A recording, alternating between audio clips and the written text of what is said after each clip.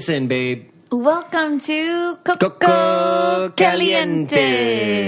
So we're going to do our reviews as we usually do because we really appreciate you guys leaving us reviews. It really makes us feel great. It drives us, and I don't know. It's just one of those things that as you guys do that for us, it makes us want to do more for you. So we really appreciate that. So, Nicole? Okay, this is from Tessa Baumgarth. My heart. 5 stars. You both make my heart so happy. I listened to all your podcasts in less than a week. Now I'm caught up, and I have to wait a week, and I don't know how I'm going to make it. I love hearing both of your different perspectives on things and the way you interact. You can tell how much you both care about your listeners and the podcast success. Vic, you are the sweetest to Nicole, and Nicole, I admire how ginormous your heart is. P.S. I peed on my friend when we fell off our bikes recently from laughing so hard. So peeing your pants can be normal. You two are seriously amazing together. Much love. That's funny. Thank you so much. That's very cute. Thank you. Yeah, we really appreciate that. So this one's from Peyton Chapman. The best part of my week, 5 stars, as always. I'm always so excited for Fridays because it means a new episode of Coco Caliente, which is such an amazing podcast. Thank you. I can't believe you two are just starting your podcast careers because it's so professional, and you two are such great talkers, and it's very fun to listen because you guys are so adorable and are still in the 2 lovable people everyone remembers from BB. Also, hi from your fellow Midwesterner in Iowa. That's awesome. That is really cool. We love when we sound professional. Victor puts a lot of time into like making sure our equipment is right and our sound room is right. Yeah, it's one of those things that if I don't hear anything about the quality or sound or anything like that, I know I'm doing my job right. Yeah. You know, if nobody says anything about it, that's great. I'm happy. Yeah. So that's awesome. Thank you. So last night we're in LA. Yes, last night we watched episode 2 of The Amazing Race. Yes, we did with Leo. Yeah, with Leo. One half of the Afghanimals. Those sneaky devils. Oh my gosh. I just watching that and hearing you're going the wrong way. Victor, I don't think we're going the right way. I'm so mad. I was mad at myself then. Remember me beating myself up continuously for hours. And that's why hours. At that time I didn't try to give you too much flack about it, right, in the race, because I just knew that I beat in myself your head. up enough. Yeah, exactly. Well, it's just can't believe I've seen them on TV before, and I just can't believe that I fell for them, like their little charade. Like, oh, what was I thinking? I guess you were just trying to give them the benefit of the doubt, I guess, but I think I was thinking, okay, I'd rather be just in the right place than like run around and be in the wrong place. And where we were, remember, we got dropped off and we were asking, where is this? And nobody could help us, and it was right there, like down those steps. Yeah. And so after people were confused, not helping us and not knowing where this was, I was like, wow, and then they said that. It solidified my idea we're in the wrong place. So that's kind of what was going through my head too. It wasn't like we had a couple minutes extra there. yeah. It wasn't like boom, boom. So we like stalled asking people for help. And anyways, it's frustrating because like when you get first, you win a prize. Yeah. And to your point also, we were dropped off at the wrong place. Everybody else got dropped off right in front of the water. So it was clearly visible where you had to go. Oh, I didn't know that. We got dropped off at a higher point, like it was almost like a temple type area. Oh, that's frustrating. So we would have been first if we been dropped off at the right place. Had we been dropped off at the right place, we would have been first. Yeah. Dang, that's like kind of crazy how that happens, but you don't know. And the taxi driver, tuk-tuk driver doesn't know either. He was awesome. I mean, he passed them. He's like, go that way, run. You know? Yeah, and what's something else that's funny that people that are watching the show, we never know how much money to give these taxi guys, like the tuk-tuk drivers, taxis. You love them so much, you want to give them a lot, but then you're like, crap, I can't. Yeah, you got to be smart with your money, and also you don't want to get gypped, right? Because you're in another country, you're with the cameras, and you're running around, so people think you just have dough to spend, right? So you only get X amount of money in American money per leg, and it could be only $30 or it could be $150, but then you have to go and you trade in the currency for wherever you're going, and then you have to like make sure you're getting the best conversion rate. It's a big thing, and they don't show it. Yeah, and like Nicole said, at the beginning of each leg, the race gives you money, which is supposed to be for that entire leg. Right? They do the calculations for, okay, this is how much you should be needing. But you just never know. It doesn't calculate like getting lost exactly. or having somebody, charge you double of what they charge someone else. I mean, when we're at the airport, sometimes we're like, how much did you pay for your taxi? And I'm like, oh, Vic, we got ripped off. Like, now we can't eat. Yeah, exactly. So exactly. You're always like comparing. The money is a huge issue.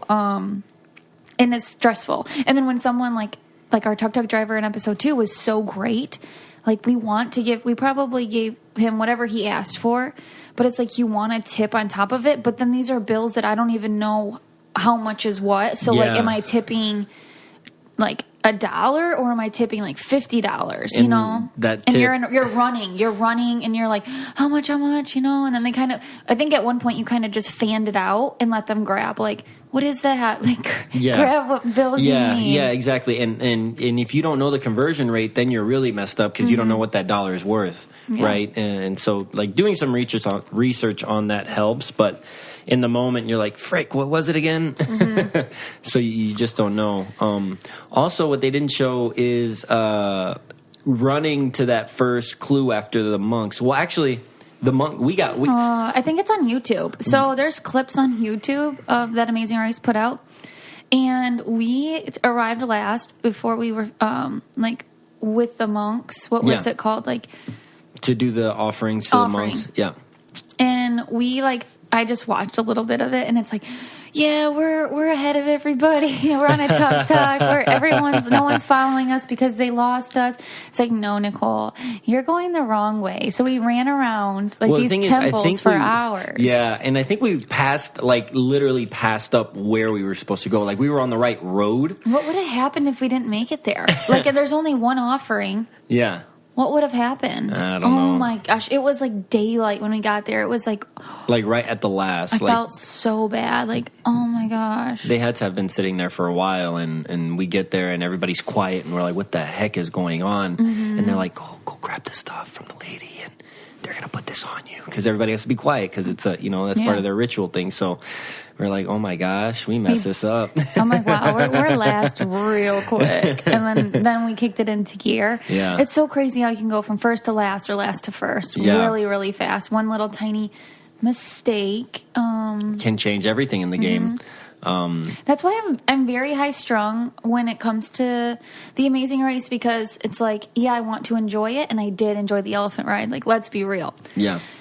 But it's so hard when you have, like, someone right next to you and you see them going gung-ho, like, looking stuff up, grabbing directions. Yeah. It's like you feel guilty if you're not looking stuff up, grabbing directions. That happened a lot. And so it's a go, go, go nonstop for however long the race is. Like, and people don't see that. They don't see, like, I watched, like, a clip of Janelle and Brittany talking about how the flight, or we were at the airport for 6 hours before we left. We had a 6-hour flight. We had a 6-hour layover. Yeah. And then we had another flight. And then we spent the night in a hot hotel lobby with a gecko. Yeah. And we didn't. So I think we slept on the floor, right? We did. Yeah, we slept on the floor. And so they don't show, like, that's what you're getting. And it said just wake up at sunrise, and so someone freaking got up at like 3:30. So what Nicole's referencing is at the beginning of this last episode, you guys see us get a clue from the carrier that comes in, at sunrise. Yeah. But in that building, we slept on the floor. That's what she's referencing. Yeah. And after all those layovers and flights and layovers and everything, we slept on a floor to what she's saying now. Somebody woke up. Yeah, and it said, the clue just said, like, meet the carrier at sunrise, and we didn't know what time sunrise really was, which could easily be like at 5? least, or maybe like 6 or something like that. You know what I mean? Yeah. So someone got up at 3:30 in the morning, and we had just probably gone to sleep maybe at 12 or something, and so then everybody gets up because we're not letting somebody get an advantage. And everyone's like, why did you get up? Because now everybody's getting up. So we just sat there waiting for the carrier. Like slowly getting ready, just letting time pass. And you have no idea. And then, everything has to get set up anyway, so he wasn't going to come anytime soon. It's just one of those things that's frustrating, and you don't see it, and everybody's just tired, days confused. But yeah, like you can't just let teams get up and you like rest peacefully. Yeah. Like that's not going to happen. And we were all like very tight quarters. I think that's so we all slept in like this. They kind of should have showed. That was a cool experience. And they even had a elephant coming out of like an elephant head fountain coming out of the wall, and that's what was shooting water into the. And then we swam in there. Actually, it was like a little pool. Yeah, there's so much cool stuff. Like, because I know they have so much footage, and it's probably really hard to get it into like 47-minute episode. And even just bolting out of that airport in Laos and getting the tuk-tuks to go to that place. Oh, yeah, that was intense. And it was nighttime, and everybody's running and yelling. Because we thought we could put... So, one other thing with the race is, yes, like Victor said, we landed in Laos, and we, we're like, okay, ready? We got to run to... get a tuk-tuk, and then they got to take us where we got to go. We potentially thought that we could be running a leg at that point. Exactly. You don't know that you're going to go to this little hotel thing. And it says wait till sunrise. And, it like, could get a say, break. like, go now. So you're all like, people take caffeine pills. People are drinking energy drinks. People are doing this. And I think I learned to, I'm already like very wired. I learned to, okay, let's see how far we're going to get. Like, let's see if we get to a sign that says this, or let's see if we're actually running a leg. Because if you're drinking coffee and then you only got 3 hours to sleep. Yeah. Anticipating things can really rattle your brain. Yeah. So it's just kind of like go with the moment and just do the best you can, because trying to over-prepare and over-plan that... I don't know. Oh, another thing.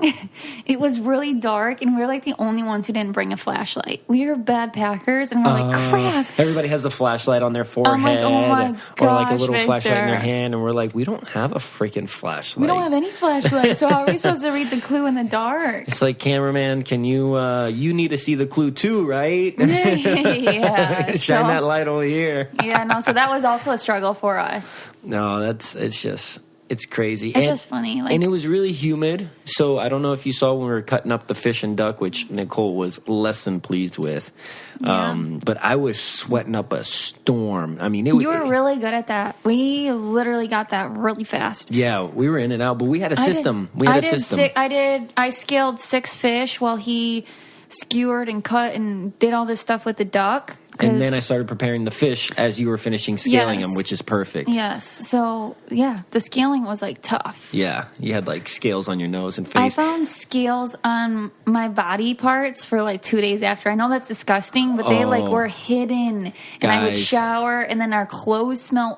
We washed them in the sink, and our clothes, I think we ended up pitching them. No, we still, we still kept them. We had to keep them. We had to keep them, but our clothes smelled like fish, like nasty raw fish and guts and stuff for like the rest of the, I mean, I couldn't get it out to this day. I can still smell a little bit of it. Yeah, I threw mine out at this point. It's bad. It was bad.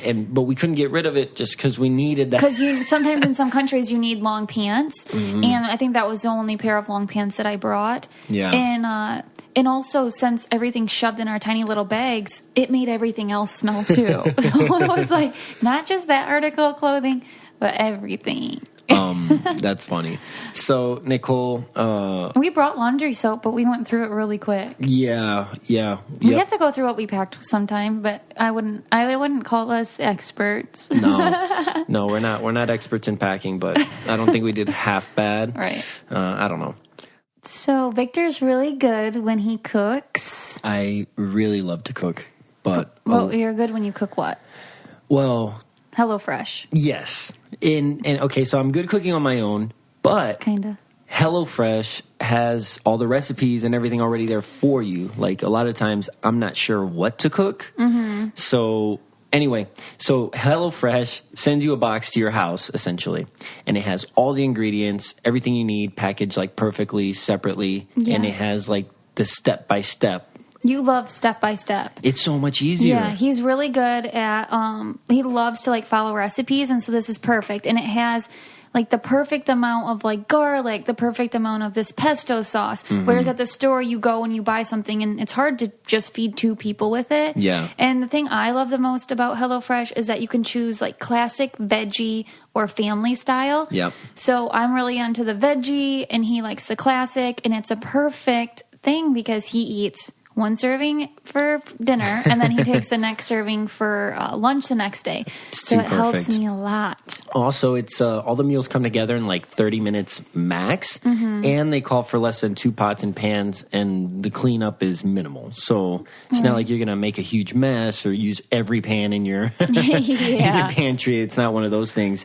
And there's so much variety. Victor also liked it because sometimes I get stuck in the same routine, like lasagna, meatballs and potatoes for him, and it's like the same kind of thing. And this is things I would never even think of making. Yeah. So if you guys want to get started for $80 off your first month of HelloFresh, go to HelloFresh.com/Coco80 and enter Coco80.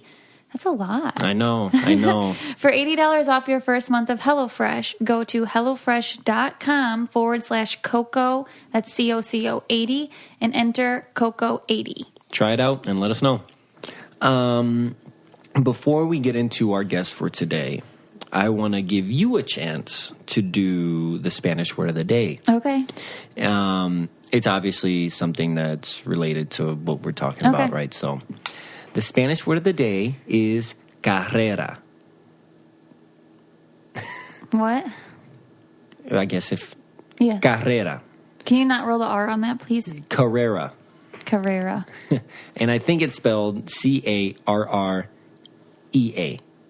Like a carrier? I mean Carrera.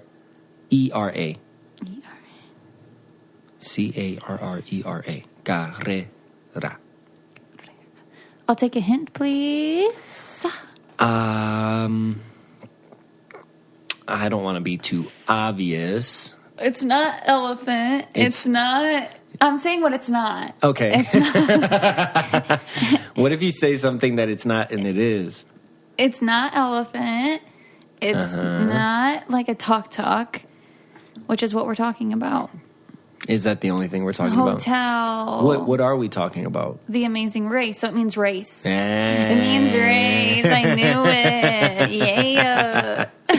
Carrera. Race. Okay. Carrera. Speaking of which, sometimes it ends up in a foot race, and we got beat in the foot race, and so we're going to talk to Leo about all the fun stuff that this episode had to bring. And congrats to them. I mean, he's a nice guy. We were at his bar yesterday, and I mean, you guys will hear about it now, but he's just a stand-up guy. Yeah, he's super genuine and nice, even though he might be like a villainous on TV, which he's not even really. He's just, he has fun with it. Game is game, and when the game is over, bygones be bygones, right? Yeah. So, anyway. Enjoy. Leo Temory from The Amazing Race. Yes. Thank you guys for having me. We're excited to have you. And we got to mention more how cool of a spot we're in right now. Oh, yes. So, Leo has two places that he owns. He's a boss. Like, not just like in the cool sense, like, like, let me use this phrase, boss, because he's a boss. No, but like, he's literally a boss. He has like 45 employees. He's, how old are you now? Like 33? 31. Oh, I thought you were in 20s. Okay, no, 31. Oh, 31. You're so kind. Victor, you're a lucky man. I'm so sorry. I did not mean... I mean, just 2 years. No, hey, that's fine. No, but let's go with what Nicole says. Yeah. 28, 26. So he's in his early 20s, early 31s. And he owns a bar called The Speakeasy. Yeah. And he also owns a wine bar called... The Cellar. The Cellar. And we're in the cellar right now. A wine library, hence the wine and the books. Literally. So when you walk into this place, it literally is like... It almost looks like the inside of a log cabin. A little bit bigger. It has a bunch of wine barrels, and it has what one would say like bookshelves of wines and books, because that's literally what it is. With super cool couches that are like vintagey, colorful. It has vintage couches. It even has those old library green lights that has like the pool and a piano on it. Has a piano. This is bomb. It really has that feel of like if you're almost in like a library that's of wine. Oh my god! It's literally a wine library. Yeah. And the other place that we were before we came here, actually, where we actually saw the episode, is the Speakeasy, which is almost like a 20s era bar, and it is a speakeasy because you can't get in through the front door. When you look at it through the front, it looks like a meat shop, like a deli, right? It looks like a deli. And so you have to know where you're going and what the password is for the day. You have to message Leo. He has to give you the password. And Make sure you say please. Exactly. That's the only way you can get in. So, Yeah. I don't know. I just think it's all really cool. And We just had to brag him up for a second. But anyways, we watched episode 2. And so we have half of the Afghanimals with us. And so where do you want to go with this? First and foremost, I just want to... There's a lot to start with. There's a lot to talk Yeah, about. I don't know where you want to start. we can start... Let's just start at the end and go forward. Get that out of the way. Okay. So, starting at the end, Nicole, explain to these listeners what happened at the end of the episode there. Okay, so we get dropped off by the tuk-tuks, and then I hear Jamal say that we're at the wrong place, and I believe them. Is that what you're referring to? Yeah, 100%. Yeah, so I absolutely believe them because I think everyone's our friend at this point. And I'm like, no, Vic, we're really in the wrong spot. So I kind of held Vic up, and then I realized, Lee and Jamal were just saying that, and they passed us up, and there was no chance for me to catch up at this point because I'm slow. Yeah. #acting. Yeah, two acting episodes in a row. So whose plan was that, Leo? Yeah. So you're a tuk-tuk driver. Yeah. Hauled ass. Yeah, they were awesome. Amazing. Yeah. So you pass us, and we're like, shoot. So we're behind you, and we get out of the tuk-tuk, and like Jamal's like, oh, it's that way. And I'm like, shoot, it's that way? And then I realize what he's doing. I'm like, yeah. And then we see you guys stop for a quick second, and Victor, God bless you, like I felt so bad. Oh my gosh. P.S. I love them. You guys are amazing. we love you I too. love you guys. You're awesome. We love you too. So what happens on the show is it's a game. Yeah. Yeah, exactly. Like, you try to do everything you can in the best manner that you can to get ahead. Yeah. So yes, we sort of made a little pause, and lovely Nicole. Fell for it. Innocent, lovely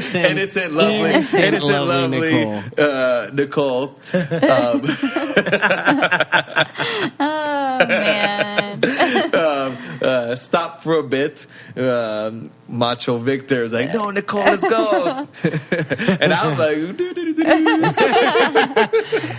then that quick second managed for us to catch up with you guys. Yeah. And then lo and behold, Then you were off. we're off. A lot of stuff that you don't see, that people, the viewers aren't noticing, is that there is hundreds of hours of footage. Right. Yeah. Hundreds. Yeah. Right? At this point, there's Yeah. 10 teams, and they've been following us for 24, 48 hours, and they're recording a lot of stuff. Yeah. A lot of stuff happens too, like with roadblocks and detours, and a lot of stuff that you don't see on TV. For instance, a lot of U-turn discussions, for instance, a lot of helping one another at the detour. Are you talking about yourself specifically? Because No. Yes, I see where you're going with this. Team Fun was next to us, and we helped each other quite a bit because they were behind us. So so we ended up working with them. But a lot of stuff from that was cut out. Explain also, because you were telling us earlier about when you got to that U-turn board and what actually happened there. So a U-turn. Okay, this is our third time running the race. Yeah, we really should have said that too. My name is Leo. I'm one half of the Afghanimals, and this is our third time running the amazing race. There we go. Just put that back in the front. But with a U-turn, a lot of times, Superfan, I've watched every season, a lot of times you'll see a team not being U-turned because a lot of people are passive and they don't want to have that mark on their back. Right. Yeah. As you saw Rachel and Alyssa, yes, the safe thing, we do not have to do it so no one's looking at you. But Rachel's done it 3 times, and she knows, I'm not going to let this opportunity pass me by. Right. I'm going to do it. So she did who she thought was a strong team. She could have easily U-turned us, but, she's in LA, so we have a relationship. Maybe that's why she didn't U-turn us. Yeah. She's been with Big Brother with you, so maybe that's why she didn't U-turn you guys. There's a lot of factors that go in. Not to mention, at that moment in time, 1,000 things could go on your mind but it's so hard. You know, it's like it's easy for viewers to say something. Oh, they should have done this, but that moment, like you boom, boom, you can't think. Yeah. Split-second decisions. Split-second decisions could alter your destiny in the race. Yeah. You know, and she thinks, okay, Amazing Race Teams are strong, Team Fun is strong, and that was her reason. Yeah. When we get there, so half the teams ran to the left from the river, half the teams ran to the right. You don't know where the teams are. Yeah. Right? When we got there fourth, and we weren't U-turn. We're like, holy crap! Right. And we were ready to U-turn another team Because you were expecting to be U-turned. Not only that, we're not going to let the opportunity pass us for U-turning a strong team, right? Mm-hmm. Tyler and Corey, we had seen behind us. Where they had run to the right. We didn't know if the other teams had passed us. So in that moment in time, we were like, well, we were about to U-turn Tyler and Corey. Yeah. We love them. I love them. You know, it's a game. Yeah. But strategically speaking, they're a strong team. They did well in the past. They did really well. Corey is amazing. He's like he runs 20 miles a day for no reason. You know, he just doesn't fun. Yeah. And Tyler's arms look like he's Arnold Schwarzenegger's like nephew. You know, Right. Yeah. So the strong team. So we're gonna. You saw we were about to U-turn, and then we see Team Fun. Holy crap! There's still teams behind us. So, okay, let's not do it because they're U-turn. They're going to have to U-turn someone. So we didn't do it, and we told them our idea, and that's why they U-turned them. Which is a super smart decision during the race because you got super no smart. heat at all, but now viewers watching it, they're kind of like, oh, you handed it to them and you made them do it. It's like, no, they were going to do that regardless. Exactly. You know? And a lot of people don't see, like, U-turn, like, okay, I get it. It's in the game for a reason. It's good TV. It's strategic. Yeah. Be good. Get there fast, and you could U-turn someone. Not because imagine your tuk-tuk had a flat. You know, now that little cushion, like someone got U-turned. Imagine no one U-turned anybody. You know, like, and then you had a little mishap. Then you had a mishap. Yeah. You always have to look out for yourself. You want to get to the end. You'll do it because you just got to beat one team. You just got to beat one team at the end of the day. You don't want to be last. And it's crazy that you say that because that is 100% true. You can think you're ahead. I'm in the tuk-tuk. I'm gone. Yeah. And like we saw in this episode, vroom, vroom, vroom. You can get passed up like it's nobody's business. Exactly. Like it's like, and then you're just like, oh my god, what am I going to do now? Like I thought I was in first, and now I could be in third, second. I mean, we saw Eliza and Corrine get past us so many times. Speaking of Eliza and Corrine, what the heck happened this episode with you guys? Like, why such tension? Why such bitterness? So early on, literally, second episode. What the heck? I mean, tell us a little bit about that because there has to be some backstory to it. Yeah. Well, I didn't mean to put you on the spot like that. Well, but, no, I mean, like.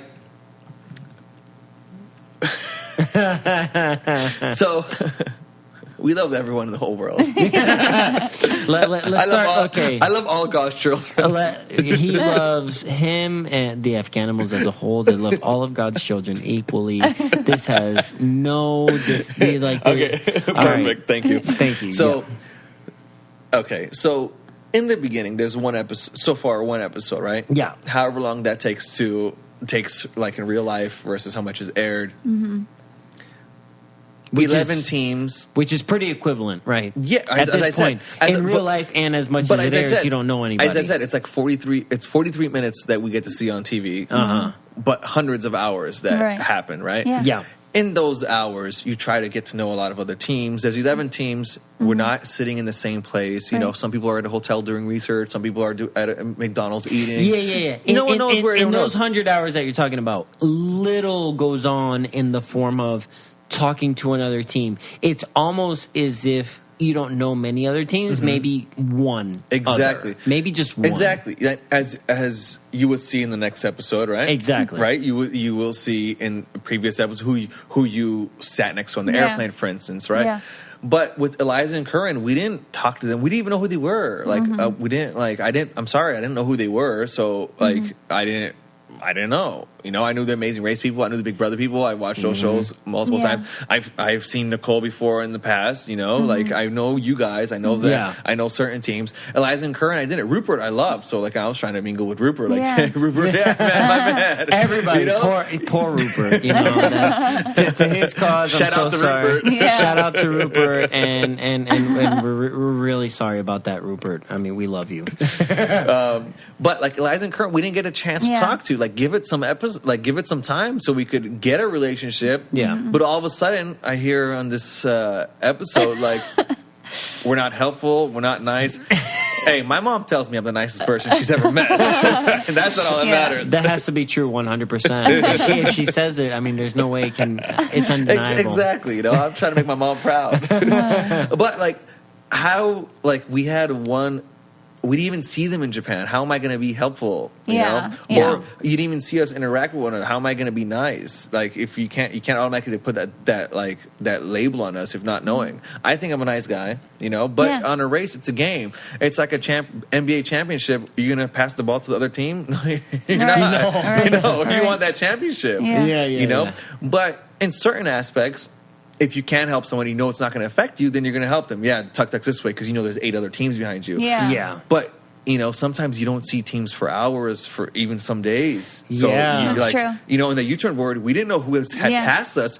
I swear, I put that on everything. We didn't know who had passed us. The only team we had saw behind us was Tyler and Corey. Yeah. So that's who we were going to do because we had Which seen makes them. sense We had seen now that them. you're telling us. It's like, oh, of course, that'd be the only team, if anything, that that would they make sense. Exactly. pull out of the basket. Because what people don't know, if you U-turn a team that's ahead of you, it's nil and void because they're already ahead. Exactly. So just a heads up, FYI, for those people listening. We didn't, you know, we were stuck in the middle. It was like a T intersection. Half the teams ran to the left, half the teams ran to the right. And by the time we got there, we saw Team Fun was U-turned. We didn't know where the other teams were, but we had seen Tyler and Corey pulling up close, so we're like, okay, U-turn them. Because as I said, from experience, we don't want a U-turn to go to waste. Yeah. You know, like even though one team was U-turn, like, you know, we love Team Fun, let's give them a chance. We love Tyler and Corey. Yeah. They're good.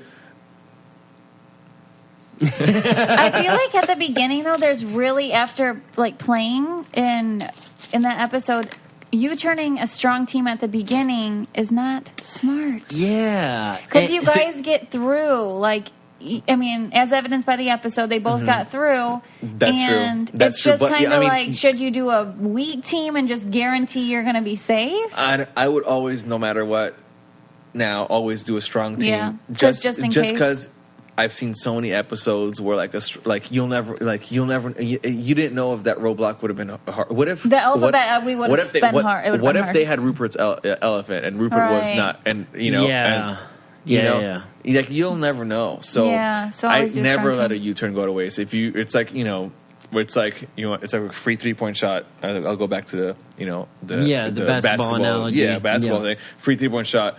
You're gonna take it. Like I'm gonna take it. I'm sorry. Yeah. You know. But and if you don't realize it's a game, and you should be, you know, like super blessed that I got to do it 3 times, but you know, super blessed to be on the show and like be and around the world. Like, come on, man. We were in Laos. You saw what Nicole, how Nicole felt. Like she said that made her life. You know. Yeah, literally. Like it's a game. Like you can't take it seriously. Yeah. The U-turned it, not the game, but the U-turn. Yeah. And not even that. Like in the moment, in the course of the game itself, it's 100% okay to take it serious, right? Yeah. But then when it's all said and done, right? Like if somebody did U-turn you or did whatever to you, you can't just be like, I hate that person for the rest of my life. You gotta like You gotta just appreciate put- it first. It's a strategic game of course. move. I'm honored. We were the most U-turn team ever, and that's like a cool thing because you're the biggest threat, right? Yeah. Hey, thank you. You know, you know,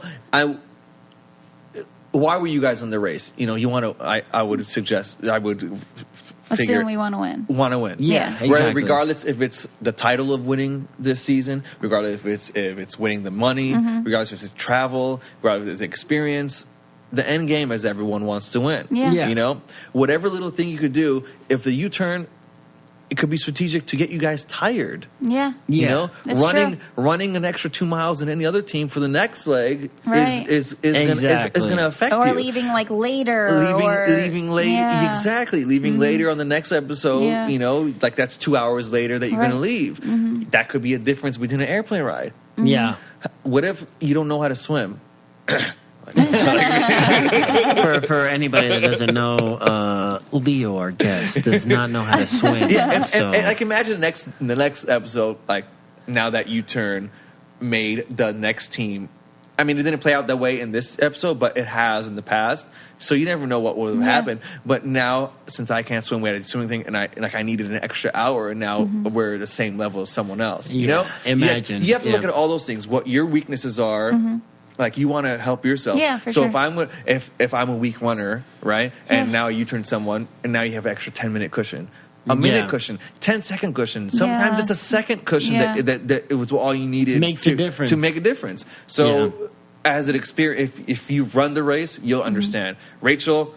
Alyssa didn't want to do it. Rachel understood. She's done it before. Like, no, I'm not making this go to waste. Yeah. Even though if someone else might have done it, you know, you don't want to take that chance. Because I remember I saw a season where no one did it, when they could have easily U-turned a strong team and we ended up winning. You know, the strong team got through. Somebody got out that was on that board. Yeah, yeah, and I do remember Nicole and I being there, and Rachel and Alyssa ahead of us, and we're just like, come on, we're not even going to use this thing. Like, well, we were Big Brother mode. I'm like, I don't want any target on my back, true. you know? So that's just kind of what my mindset was. And I feel like if I'm around this person that I U-turned, it will get in my head and I'll screw up because I will feel guilty. Yeah. So I think it would jeopardize my game and my performance more mentally than... Yeah. So I'd rather not do it and just like run a fair race. But I get what you're saying about if I know someone's behind me and I get U-turned or something, of course you have no choice. Yeah. But to like, I didn't know any teams. Vic and I were kind of in a good we spot. were threatened by everybody. But at the same time, we're in a good spot too. Totally understandable as being this was your second episode, second leg, right? Yeah. But in Big Brother, the next when you guys have next challenge, it's all equal playing field. Right, on this one, the next like, time it affects you. Yeah, exactly. Like Big Brother, you have a day to rest, everyone's caught up. On this one, your time is adding on, you know, like that's going to affect you, and that you like it's no different than putting someone on the block. It's like you're going to U-turn them. That's like going Big Brother and never putting on anyone on the block. Yeah, that's true. Exactly, sort of similar, like no, you like you never want the power to get the target on your back, but you need to be able to make moves and get further, and build your credibility, and so. That makes sense. So I wanted to talk to you guys, anybody that's listening right now that has something blocking your happiness or has something that's been bugging you or in your head, something that you need to talk to somebody about. They have this place or this site. It's called BetterHelp. What it is, it's an online platform that'll connect you to counselors that are in all 50 states that have over 3,000 U.S. licensed therapists, and you can talk with them about anything, and it's private. It could be from depression to stress and anxiety to relationships, grief, or even self-esteem. They're available worldwide. They got 4 communication modes. You can text, chat, phone, and video, and you can start communicating in under 24 hours. They have a broad expertise in the network, which may not be typically locally available in your area. They also have financial aid for those who qualify. It's secure, convenient, professional, and affordable. Best of all, it's truly affordable if you use for these Coco Caliente listeners right now. So you can get 10% off your first month with discount code COCO, C-O-C-O. So why not get started today? Go to betterhelp.com/COCO. What were you thinking? So I've watched you race, obviously, and like you, I've watched you play Big Brother. And so, like seeing you, I think the first thing I said to Vic is like, "Oh my god, we have to watch out for them!" Like the Afghanimals. like super scary. These are the Afghanimals. Oh my god, they like to taste things. They like to. They're like the villains. I don't know about the Afghanimals. No, okay. Anyways, so what were you thinking? So this is your third time running the race. Did you like look around and honestly think like this is weak competition when you're looking at Big Brother and Survivor teams, or like what are you thinking? Not at all, because a lot of people say like, oh, that team is fit. that helps you in a certain aspect. Yeah. If you're, for instance, what happened at the end of this, right? If I could run super fast. Right. Yeah. Imagine if you guys were both sprinters. Yeah. That wouldn't have made a difference. Right. Right. Yeah. Right. In that aspect, it would help. But it would, like, if you're excelling every other aspect, it wouldn't matter. You know, like if had you killed that detour, had you got to the U-turn board, I mean, you guys got third, but had you guys like did everything perfectly, Right. we wouldn't have been in that position. Yeah. You know, That's like, true. You, by the way.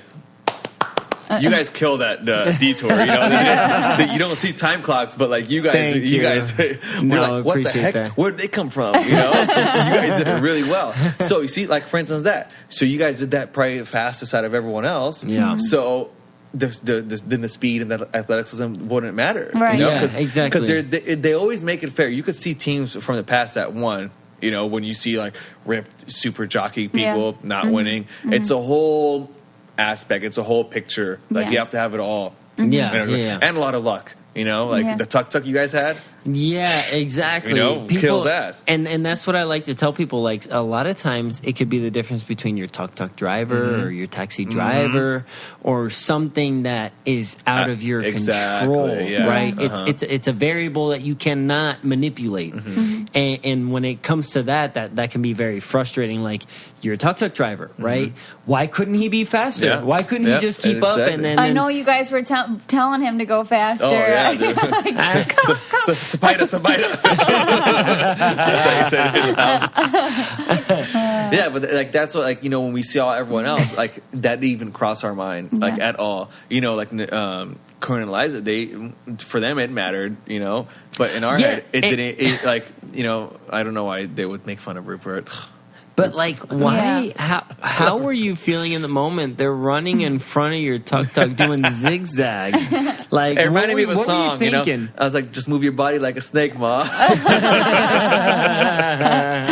And then you had to pay. You guys had to pay for the tuk and everything, and they just like jogged there. I'm like, oh my god. That was a. Meanwhile, Victor and I got lost. Oh yeah, they We didn't barely show made that. it to You that. see, exactly. It goes back to the point. Like literally from where the monks were, it was 50 feet to the left. Which is crazy because what people didn't see is everybody was going crazy. Yeah. Nicole and I were the first ones to get a tuk out of there, and we sprinted off. We were like, so adios. we were so excited, like, haha, suckers. Yeah. And then next We're thing going to the waterfall. and then next thing we know, we're at a different temple that has nothing to do with anything. Exactly. So And it then- goes back to the whole point. Being athletic, you know, or in shape, or it didn't matter. But you knew that you had a one up on us because you had done it prior. Yes, exactly. Yeah. The only one up that we had on, not everyone else, but the Big Brother and Survivors that we've done it before. Experience. Exactly. That's it. Not any other aspect. Not like by just like sizing us up, not or. at all. But I mean, I guess if because in retrospect, you guys killed your guys' shows. The Survivor people killed their shows. Yeah. Yeah. So you they know? got like the cream of the crop kind of type, right? I mean, Pretty much, yeah. They brought the best of the best, For or most Amazing memorable, yeah. Race, it was like freaking top 3, everybody, right? At least they brought good Big Brother people, good Survivor. You're fourth, right? Twice? Oh, Did you yeah, get fourth twice, twice? yeah. But I mean, you Thanks. were like, Let's just clarify the fact that you were not top 3, top 4. I like that. She was subtle about it. It's like, let me fix myself because I was wrong. I'm sorry, not top 3, top 4. So, Leo, you know, I want to know a little bit about you, right? Like, so you invited us here. We're in this beautiful wine bar, and before here we were in your speakeasy lounge, Good times. Bar that's like a deli shop in the daytime or whatever it is. But Get your pastrami sandwich exactly on the side. So, and you're only tequila. and you're only 31, and you've been doing this now. You've owned your business for like 10 years. Yeah, I mean, I've been there.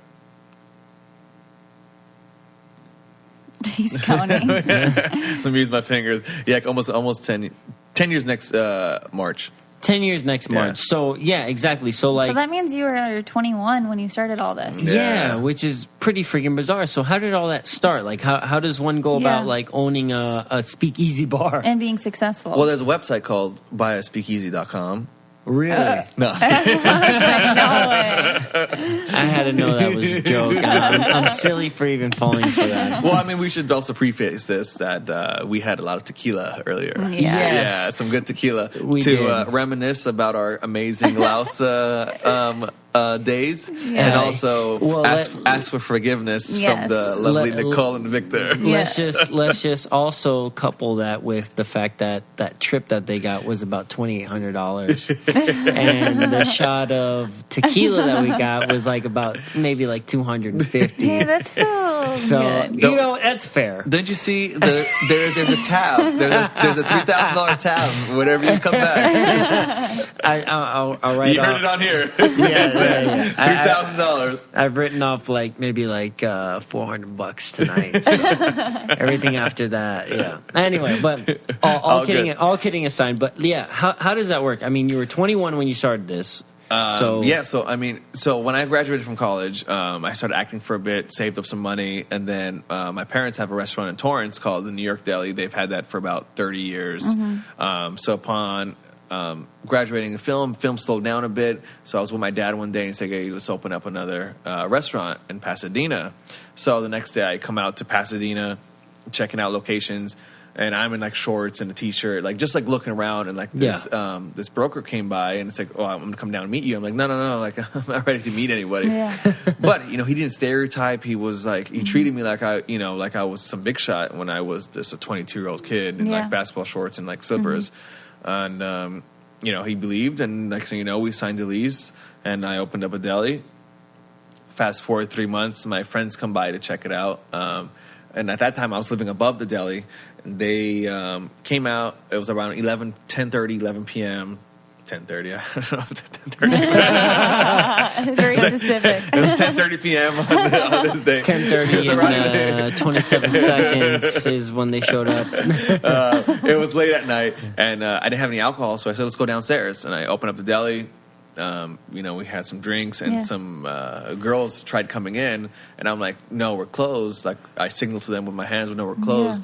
And my friend's like, "Are you dumb? Let them in." I'm like, "Yeah, you're right." So I just let them in. We gave them some drinks. They bought some drinks, and then the whole time I'm thinking, dude, this is I could just bartend here when I'm bored. I have the location. No one really drinks at the deli. So I gave it a name called the Speakeasy because a New York theme, secret bar, Prohibition era. Yeah. Speakeasies were big in New York at the time. Called it the Speakeasy, and then when I did it, my friends weren't there the next time. 2 people came in. I left the doors open, dimmed the lights, and put some music on. Yeah. 2 people came. 2 weeks later, 4 people came. 3 months later, 8 people came. Finally, then 12 people, and then 20 people. So then I hired some people, and mind you, the deli was going on from 9 a.m. to 9 p.m. Oh wow! And the Speakeasy now was consistently, I would say, Fridays and Saturdays at 10 p.m. to 2 a.m. So let me stop you right there. Yeah. So do you just have the big glass with the deli meats? And then, that was night, all there. You got it. Oh, so it was there at night still. Yeah. I would cover it with a curtain that I bought from IKEA. Yeah, I got and you had your liquor license and everything. I had my liquor license, so now it's just a fun side project that I was doing. So, and I managed to be, loyal to the Prohibition era and stay legit. Because I had a deli that was paying all the bills. Okay. Right? Imagine I open up a Speakeasy and with 4 customers a day is not going to work, especially in Old Town. Yeah. This area has the most amount of restaurants per capita than any other city in America. Wow, I didn't know that. It's insane. But I had the deli that was helping pay for all of that, and the Speakeasy was just a fun side project, which I call it a lucky accident because now it's becoming busier and people started coming. So if you came to the deli and you're looking for the Speakeasy, you'd be like, I don't know what you're talking about. Because it was super low key, legit a Speakeasy. Yeah. So people would come in the daytime and get a sandwich or something and be so hey, is this where the Speakeasy is? No, I don't know what I'm talking about. Until they'll bring up pictures. No, I was here last week. You freaking liar. I was here. You were the one serving my drink. I guess I've been lying my whole life. But maybe that's where we get the lying from. It's prohibition. I'm just so scared the cops are always going to come get me. So and then so you have to have a password to get in. Yeah. So now. So like fast forward. Then we deli hours became less. Speakeasy became more because people started coming to Speakeasy looking around for it. So then once that happened, I looked into it more. I did research, watched some movies, read up about it, and that's when I incorporated the password, prohibition drinks, the music, and became more legit. Because now it's like this accident is turning into an actual business. Yeah. Where I decreased the deli hours and I made the Speakeasy more of the forefront. And now 4 years from that time, then I closed the deli and full on went with the Speakeasy and made it a secret entrance. Now it's a whole now you have to email for the password. And now we have the crazy alcohol selection. We remodeled a bit, and now it's full on Speakeasy. What'd your dad think about you shutting down the deli? Oh man, because that's their business, yeah. So during those first 4 years, it was difficult because we didn't have a image yet. It's like, am I a deli or am I a bar? It's we're in this gray zone, and my dad was super stressed out because he was just walk away, just come back to Torrance and go do your acting back thing. Pick that back up. Pick that back up and come help us out here. And I'm like, no, I can't fail. I hate failing. Yeah. That's not in my blood. My dad, you raised me better than that to give up on something. So it was really hard. He's stressed out. I remember one time he went to the hospital because he was so stressed out. Oh, wow. Because I was behind on my rent, $138,000 at that one point. $138K. And he accidentally opened up that letter, and then the next day he's in the hospital. Oh, no. Poor pops. Wow. I mean, now it's all kosher. Now it's all. But just feel empathy for him. But this is this is the come up before exactly. You get to this point. So right? a lot of people. So now knock on wood. Now it's everything is good. Everything's been paid off. And now now I picked up another hobby and I DJ there. So people come up to me and oh, you're so lucky you're on this bar and you're DJ. I'm like, no, you didn't see the 4 years of heartache and seeing my dad in a hospital, stress. Well, because you worked back then, you would have worked all day at the deli and then hustle at night. Yeah. So crazy hours and a chef cook doesn't come in and I'm on the slicer cutting meat. Now it's the bartender doesn't come in, I have people come in. Now DJ doesn't come in. Oh, perfect. I got you, no problem. But no, my parents and my dad is especially super proud now. Yeah, they got to be super proud. And then, so how did it go from having that Speakeasy, which is now, awesomely successful and it's awesome. We were there earlier today to where we are right now, the wine library, the, what was it, the actual name of it? Yeah, so the Cellar, wine library. The Cellar, a wine library. Yeah. So how did that come about? So my neighbors from the Speakeasy, it's they have a retro store, comics and little figurines and stuff that they sell. We always talk across the alley. It's a Cheaters episode. Hey, how's your business doing? I'm good. How you doing? So that. So we always talk back and forth. And he told me that he wanted to open up something in the basement across the street. Mm-hmm. So we were like, that's cool. Good luck. But he's like, I don't know if I could do it. It's too big. You should move your Speakeasy underground and make it even more of a Speakeasy. And I was like, I can't. I have a lease. I can't just pick up and move. It's not it's not that easy. But a couple weeks later, I was crossing the street and I recognized the broker. And it was the same space that my neighbor was talking about. So I was curious. I said, hey, can I take a look? I look at it and I fell in love. And I don't sell much wine at the Speakeasy, so I always wanted to do something with wine because my dad was huge on wine. Big wine person. Huge wine person. As you see, he's right there on the wall. It's a big portrait of his father on the wall, for anybody listening and was curious. He also has a big one of his mother. But so I was like, let me do something else with wine. Speakeasy, of course, because now that's in my blood. So I made a wine speakeasy, you could say. Yeah, And because now- even like the entrance is hidden and stuff. Or am I Yes. not supposed to say that? No, yeah. So now this wasn't a happy accident. I mean, it sort of was, but not as that where I had to turn a deli into a speakeasy. Yeah. So now I knew I wanted a speakeasy. So the entrance is super speakeasy-ish. You have to Yeah. find the door, Yeah. and once you're inside, it's like an oasis of like eclectic books and wine and Can I wood. tell the people what the entrance looks like? If you, is you Yeah, want me that's to keep fine, it? yeah. So when Nicole and I first came up here with Leo, he had us guess like. There was a restroom, and I was like, "Oh, I think it's over here by this side." And Nicole's- Amazing Race detour. Yeah, we did not find the door. and there was another entranceway, and Nicole's like, "No, I think it's over here." And on the walls, around different parts of the walls, there's different like wine barrels like sticking out on left and right, and in front of us, it's all around. So nobody would ever know. Yeah. And the next thing, Leo brings out his keys, and he puts his keys like right under one of the wine barrels, and then opens up the wall. Yeah, it's super cool. And it's like, oh. There This is it awesome. is. This makes more sense. Yeah. Yeah, so this one I had more opportunity and capability to do what exactly I wanted. So Yeah. it worked out. And now we've been here 2 years as of last month. That's awesome. That's really cool, bud. Yeah, I think that's a success. That's Yeah, the thank big you, time thank you. success. Thank you. And now I just want to backtrack a little bit.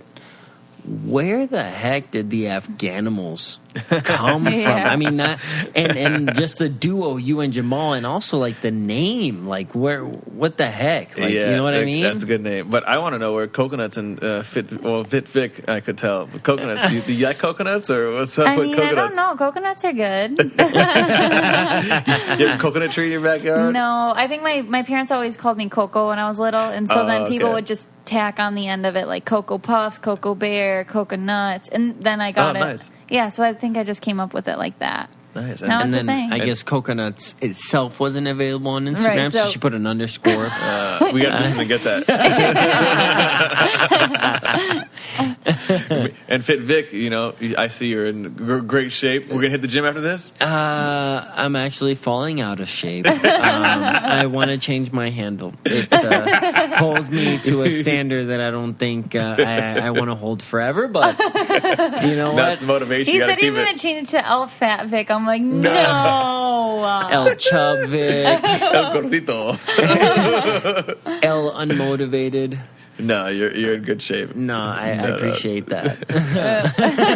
Anyways, back to you, Leo. All right. So Afghanimal was actually a screen name I came up with in like middle school. Back with AIM was like big. Like Yeah. AIM. Yeah, AIM. It's AIM. Rest in peace. Yeah. So that was my my screen name back then. And then when me and Jamal applied to be on, we actually applied for season 20. Okay. Season 20, we're big time fans of the show, like watched a lot. And growing up, my cousin and I, he was like my best friend. We lived close to each other, and I have two sisters, so he was, the closest thing to a brother I had. We'd always get all kinds of mess together, like, go in the playground and make up games, like water balloons was a big thing with us. I don't know why, but we always had water balloons around. Yeah. And when, I was like, well, I want to apply for the show. Who do I do it with? And of course, I picked my cousin, so Yeah. we applied and made a video walking up and down Old Town right here down the street, and we just went up to everyone. Hey, do you know who the Afghanimals are? The Afghanimals are, because I figured we'd have a better shot of going on the show if we had like a theme, a name. Yeah. And now it's become bigger. Now everyone has like the dating couple or the the doctors or something. It's become a thing. Yeah, now it's become a thing. But we figured it'd be a good fit for us to To do like that. brand yourselves. Exactly. Almost. Yeah. Well, and so did Before like Instagram and all this Right, stuff, right, like right. branding was a thing. Yeah. Well, because I know Jamal doesn't live here now, but back then, did Jamal live here in California? So we both grew up in Torrance, and then I moved to Pasadena, and he moved out towards Irvine at Okay. that time. But Now he lives in Austin, Texas. Got you, but you, Yeah. at that time, you guys were like still kind of close to each Yeah, other. yeah, super close. And now he has he's married, has a daughter, a beautiful daughter named Sophia. I have a cat, as you guys know, named Pablo. Yes. So yeah, anybody out there that is interested in half of the Afghanimals, Leo, he is single and ready to mingle. Just be in for the right reasons. Hey, there is no wrong reason. No, but that's awesome. So, anyways, you went up to everybody and you're like, do you know who the Afghanimals are? And what happened? Yeah. So, and then like they were like, who? Who? What? Yeah. And then some people were like, yeah, I know them. You know, like sort of like those Jimmy Kimmel stuff that he does now on the street, okay. right? Yeah. And then it's so funny now. I'll see them like because you know they're in the area, and I'll see them, and I'm like, hey, like thanks again, man. You were in our video. I'm like get away from me. You want change? Here's $1. You know, like excuse me, sir. Step away. Pretty much. Yeah. So it was my screen name, and then became like our sort of brand per se. And then we got on season 23, not even season 20. Like we got called back to do 21, 22, and finally got on season 23. And then somehow miraculously got back on for season 24, the All-Star season. And then, I'm thinking I'm done, but then we get a call. Luckily, it was like the perfect timing, too, because Jamal's daughter's grown up now. Yeah. The seller is on its almost 2-year mark. Yeah. So, like, had they called us before that, it would have been a lot more difficult, maybe impossible, I would say. That's crazy. But timing's everything, so it worked out. It is. And I got to meet you lovely people. Yeah. Aw, you're going to make me cry. I'm joking. Another shot. No more shots. No more shots. Unless you have anything else, No, I think Nicole? we're good. Thanks so much.